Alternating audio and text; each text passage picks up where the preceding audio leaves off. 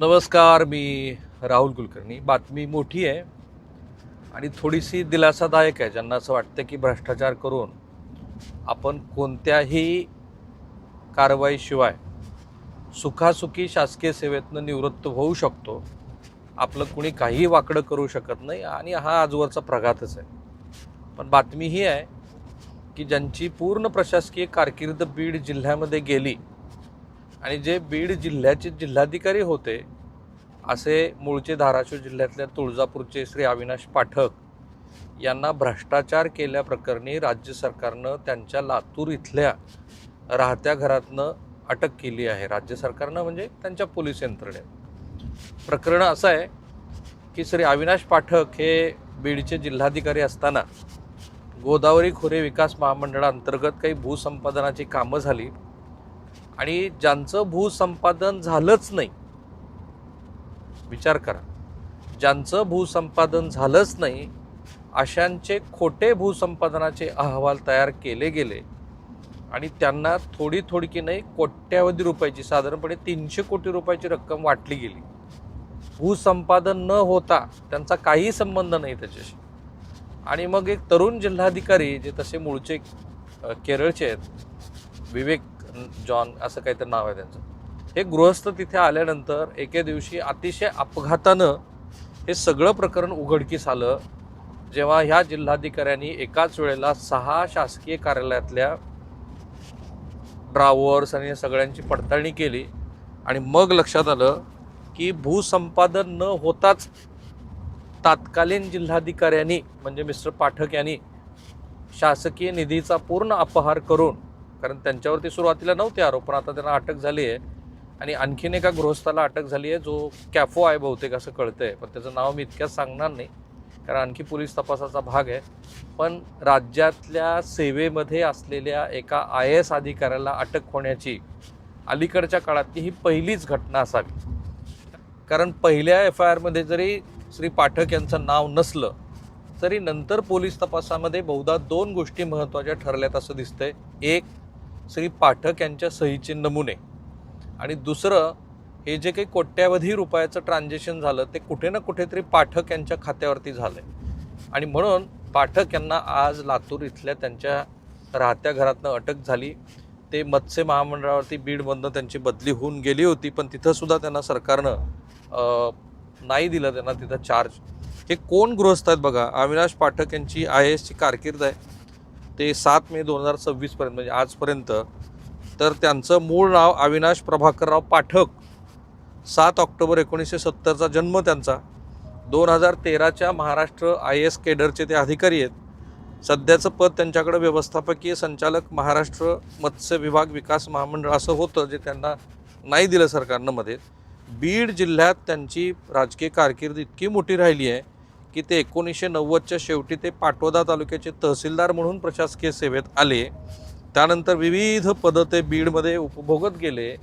म्हणजे सदानंद कोचेंनी एक पुस्तक लिहिले बीडवरती, ते माझे जिल्हाधिकारी, बीड नवे बिहार. त्याच्यावर किती टीका झाली होती. आणि मधल्या काळामध्ये ज्यावेळेला दिवंगत संतोष देशमुख यांचा खून झाला त्याच्यानंतर आम्ही त्यांची मुलाखत केली, जी ऑब्व्हियसली लाखोच्या संख्येनं पाहिली गेली. तेव्हाही त्यांनी सांगितलं होतं की बीडमध्ये जे काही घडलं ते प्रशासनातल्या अधिकाऱ्यांच्या मदतीनंच घडलं. त्याच्यामध्ये त्यांचा बहुतेक कटाक्ष मिस्टर पाठक यांच्याकडेच होता, जो आता आपल्याला दिसतोय. आणि आता असं दिसतं आहे की या सगळ्या प्रकरणामध्ये ते भूसंपादन अधिकारी, उपजिल्हाधिकारी, निवासी जिल्हाधिकारी, अप्पर जिल्हाधिकारी आणि नंतर ते सरळ जिल्हाधिकारी म्हणून तिथे होते. ते बीडचे CEO पण होते, जिल्हा परिषदेचे CEO होते. मग 18 जून 2024 ते 24 एप्रिल 2025 पर्यंत ते बीड जिल्ह्याचे कलेक्टर होते, सुमारे 10 महिने. इतकी मोठी कारकीर्द एका अधिकाऱ्याची एकाच जिल्ह्यात कशी असू शकते हे फक्त प्रशासनच सांगू शकेल. सो आता ह्या सगळ्या प्रकरणामध्ये असं झालं आहे, या घोटाळ्याची पार्श्वभूमी लक्षात घ्या.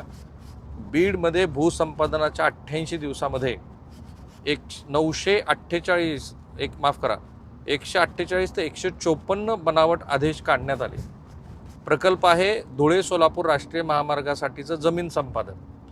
घोटाळ्याची पद्धत काय? तत्कालीन जिल्हाधिकारी अविनाश पाठक यांच्या नावानं, पदनामानं आणि बनावट सहीनं मागील तारखेचे, म्हणजे बॅकडेटेड आपण म्हणतो, असे लवादाचे आदेश तयार करून जमिनीच्या मावेजामध्ये प्रचंड वाढ करून दिली. यात कोणतीही सुनावणी नाही घेतली, संचिका किंवा नोंदवही नव्हती. एकूण बनावट आदेशाद्वारे 241 कोटी 62 लाख रुपयांचा वाढीव मोबदला मंजूर केला. किती? 241 कोटी 62 लाख. मग त्याच्यामध्ये हे त्यातले 73 कोटी 141 कोटी शेतकऱ्यांच्या खात्यावरती 73 ते 141 कोटी शेतकऱ्यांच्या विविध खात्यावरती वितरित पण झाले, जे शेतकरी ज्यांचा काही संबंध नव्हता. याच्यामध्ये मग सहाय्यक महसूल अधिकारी, कंत्राटी कर्मचारी, संगणक ऑपरेटर, वकील इत्यादीसह 10 जणांवरती नोव्हेंबर 2025 गुन्हे दाखल झाले, जेव्हा कलेक्टर विवेक जॉन्सन यांच्या पथकानं कार्यालयात तपासणी केली आणि त्यानंतर हा प्रकार उघडकीस आला.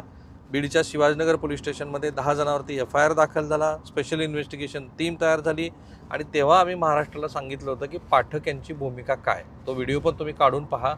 आणि तेव्हाही मी म्हटलं होतं की राज्य सरकारनं किमान एखादं तरी एक्झाम्पल सेट करावं की आम्ही IAS IPS अधिकाऱ्यांना सुद्धा जेलमध्ये पाठवू शकतो. फॉर्च्युनेटली आज ते झालं आणि मग SITनं दिवसभर चौकशी केली आज पण, आणि त्याच्या आधी पण वेगळ्या खात्याचे अकाउंट डिटेल्स पाहिले गेले. पाठक यांच्या सह्याचे नमुने जी कुठली यंत्रणा असते त्याच्याकडे पाठवले गेले. आणि त्यानंतर आता बीडचे जिल्हा पोलीस अधीक्षक आहेत नवनीत कावत यांनी सांगितलं आहे की SITचे जे प्रमुख आहेत, पोलीस अधीक्षक पूर्वी होते सचिन मानकर वगैरे, या मंडळींच्या तपासानंतर श्री पाठक यांना अटक करण्यात आलेली आहे आणि त्यांना आज लातूरवरून बीडला पुढच्या कारवाईसाठी घेऊन येत आहेत पोलीस. दुसरा पण एक अधिकारी अटकेत आहे. याची व्याप्ती कितीही मोठी असू शकते आणि मला तर अशी खात्री आहे की जर हे बीड जिल्ह्यामध्ये होतं तर केवळ बीडला बदनाम करायचं काही कारण नाही. पुण्यामध्ये तर त्याच्यापेक्षा वर्स्ट परिस्थिती आहे.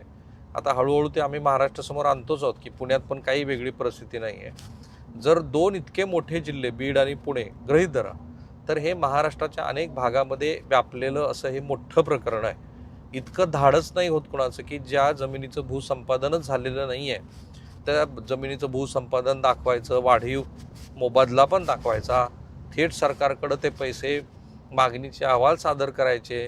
त्याच्या संचिका खरं तर कोर्टामध्ये असणं अपेक्षित असतं. कोर्टात पण त्या नसणार, कारण तिथे भूसंपादनाच्या दृष्टीनं प्रक्रियात काही भाग कोर्टाचा पण आहे.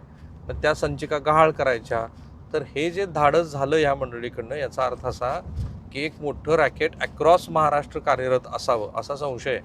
त्यामुळं पोलिसांनी आता ह्या एवढ्याच मर्यादित तपास न करता याची व्याप्ती वाढवायला हवी आणि वाढवून याच्यामध्ये मिस्टर पाठक यांनी कुठल्या राजकीय नेत्यांना बीडमधल्या पैसे दिले का? कारण पाठक यांची इतकी मोठी कारकीर्द ही राजकीय पाठबळाशिवाय बीडसारख्या जिल्ह्यामध्ये, इतक्या संवेदनशील जिल्ह्यामध्ये होऊच शकत नाही. मग हे कोण राजकीय नेते होते की ज्यांनी यांना पाठिंबा दिला? या सगळ्या मंडळींची नावं महाराष्ट्राला सांगायला हवीत आणि आता अर्थात ती जबाबदारी त्या जिल्ह्याच्या पालकमंत्री सुनेत्रा पवार यांनी पण घ्यायला हवी. आधीचे त्यांचे बीड जिल्ह्याचे जे पालकमंत्री होते त्यांच्याबद्दल बराच वाद प्रवाद होता. अजित पवारांना दीर्घकाळ तिथं काम नाही करता आलं, पण ते म्हणाले होते की ह्या जिल्ह्यात मी बरीच साफसफाई करेन. माझ्याशी बोलताना अजित पवारांनी सांगितलं होतं की त्यांना कसे आश्चर्याचे धक्के बसले की जे रस्त्याची कामं झालेलीच नव्हती अशा कामासाठी सुद्धा बिलं काढली गेली आणि ती कोट्यवधी रुपयाची होती. सो महाराष्ट्राच्या अलीकडच्या इतिहासामध्ये एका IAS अधिकाऱ्याला अटक होण्याचा हा पहिलाच प्रसंग आहे. त्यामुळं हे सरकार खरोखर भ्रष्टाचाराबद्दल गांभीर्यानं पाहतं आहे.